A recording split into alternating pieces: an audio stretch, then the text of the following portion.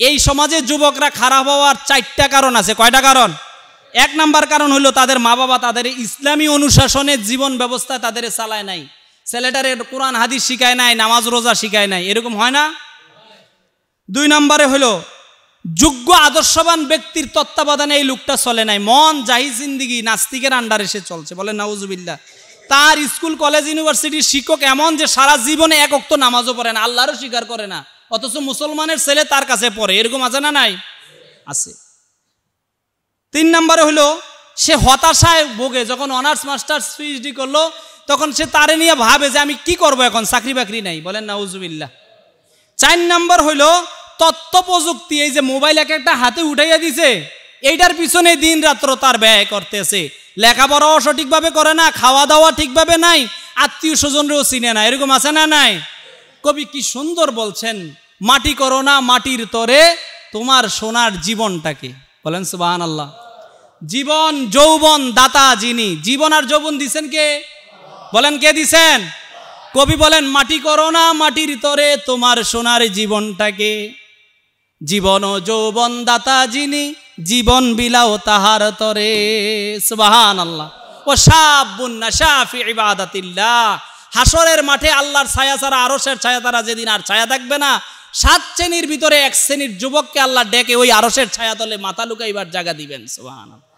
সালাউদ্দিন আইয়ুবী ফিলিস্তিনের ক্রুসেডার ছিলেন, উনি বলছিলেন কোন জাতির সাথে যদি যুদ্ধ করা ছাড়া তাদের ধ্বংস করে দিতে চাও, তাহলে তাদের যুবকদের হাতে হাতে অশ্লীল ভিডিওগুলি তোমরা ছেড়ে দাও, অশ্লীল কিছু ছাড়ো, যাতে ওই যুবকরা এগুলি নিয়ে মেতে থাকে, উৎসাহে থাকে, আর যুদ্ধ করার মতো শক্তি তাদের হিম্মত থাকবে না, বলেন নাউজুবিল্লাহ।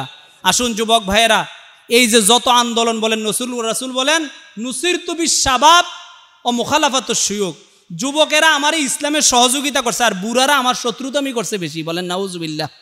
তো যুবক ভাইয়েরা, এই যে 24-এর আন্দোলন সহ যতগুলি পটভূমি দেখবেন সবগুলি যুবকদের মাধ্যমে আসছে।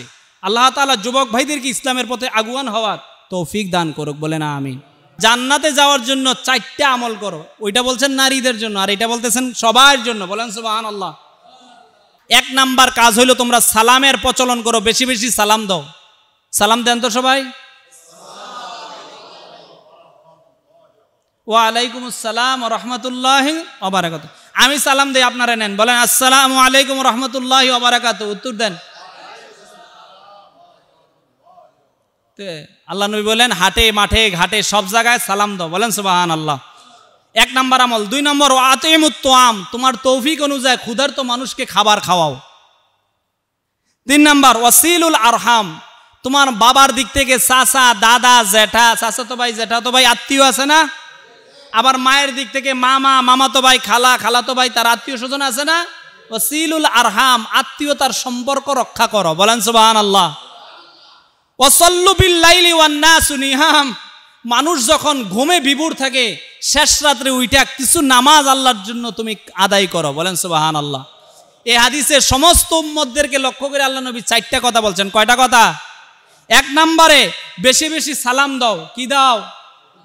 2 নাম্বার তোমার তৌফিক অনুযায়ী ক্ষুধার্ত মানুষকে খাবার দাও। 3 নাম্বার আত্মীয় স্বজনের হক আদায় করো, সুসম্পর্ক রাখো তাদের সাথে। 4 নাম্বার ফরজ নামাজ তো আদায় করবাই, সাথে রাতের কিছু নামাজ 2-4 রাকাত নফল নামাজ আল্লাহর জন্য আদায় করো, যখন মানুষ ঘুমাইয়া থাকে। তাদখুলুল জান্নাতা বিসালাম, আর শান্তি আর নিরাপত্তার সাথে আল্লাহর জান্নাতে প্রবেশ করো, বলেন সুবহান। মুসলিম তিরমিজি শরীফে আছে, সহিহ ইবনে হিব্বানে আছে, ইবনে মাজাহ শরীফে আছে, 3 হাদিসের কিতাবে আছে, বলেন সুবহানাল্লাহ। কয়টা আমলের কথা বলছেন? 4টা। সালাম দাও বেশি বেশি, খাবার খাওয়া মানুষের তৌফিক অনুযায়ী, এরপরে আত্মীয় স্বজনের হক আদায় করো। আল্লাহ নবী বলেন কেউ যদি চায় তার রিজিকের মধ্যে, সম্পদের ভিতরে আর হায়াতের মধ্যে বরকত হোক, সেজন্য তার আত্মীয়তার সম্পর্ক রক্ষা করে, বলেন সুবহানাল্লাহ। বলেন না কেন? আর আমরা বাড়িতে আত্মীয় স্বজন আইলে মুখ বেজার হয়, ঠিক না? রাতা ফাহা দেয় কিন্তু পরে না ফাহার নিচে, এরকম আছে না? সারিয়া দিয়ে কাহারে রাতাটা ধরে রাখছিলাম, এরকম হয়নি? আবার কয় আজকে থাকবেন নি, হ্যাঁ বলেন নাউজুবিল্লাহ। থাকলে এই মুরগাটা জগরায়। আবার এমনও আছে বলে যে বেলা আছে জায়গা, না থাকলে আছে ডাইল, বলেন নাউজুবিল্লাহ। আছে দুপুরে খাইছে টাইছে তো ভাই বাগিনেরা, বেলা আছে, যদি ইচ্ছা করেন যাইতে পারেন, নাইলে রাত্রে ডাল আছে। বলেন নাউজুবিল্লাহ। এগুলি আত্মীয় স্বজনের হক না, তাদের সাথে সুসম্পর্ক। আরে হাসি দিয়ে এক গ্লাস পানিয়ে পান করান না, অসুবিধাকে? তারা দেখেন আপনার যে তৌফিক নাই। সুবহানাল্লাহ বলবেন না? এক গ্লাস পানি আর আপনি কুরবা পোলা খাওয়াইলে কি, একদিন খাইয়াইলে কি আর খাওয়া লাগে না সারা বছর? কিন্তু ব্যবহারটা মানুষের কি থাকে না, স্মরণ হয়ে থাকে না? কথা বলে না, স্মরণ হয়ে থাকে না?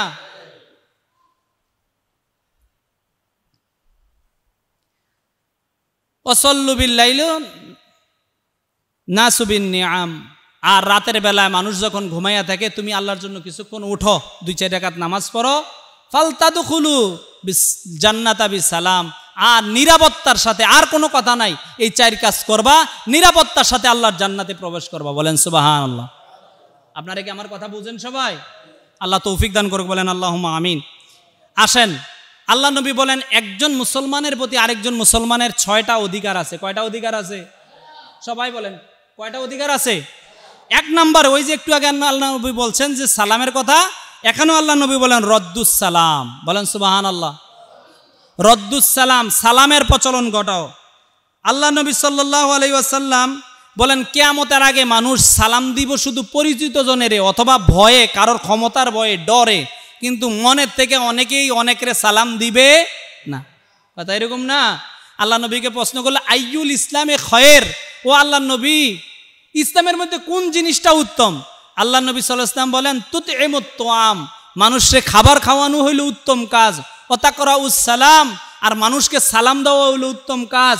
মাল্লাম আরাফতা আমাল্লাম তারিফ, যাকে চিনবে তাকেও তুমি সালাম দিবে, যাকে তুমি চিনবে না, অপরিচিত, তাকেও বলেন না কেন কি দিবে? সালাম। আমরা কি বেশি এই কিয়ামতের আলামত এটা আছে না, শুধু পরিচিত মানুষ দেখলে সালাম দেই, এরকম হয় না? অথবা যাদেরকে আমরা ভয়ে সালাম দেই, তার হাত লম্বা, তার মানুষটা সমাজে খারাপ, তার ক্ষমতা আছে, বলেন নাউজুবিল্লাহ। অতএব আমরা সবাইরে সালাম দিব, ছোট বড়, আমরা সবাইরে কি দিব? সালাম দিব।